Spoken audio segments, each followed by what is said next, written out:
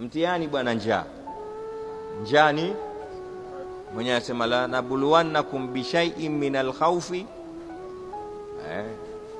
Hata si Waswahili tunaambiwa adui yako muombe njaa. Unajua njaa ndio inatupeleka mputa hivi sasa hivi. Darasa ni muhimu sana, lakini watu wengi hawapo hapa kwa sababu ya njaa tu, wanahangaikia matumbo yao.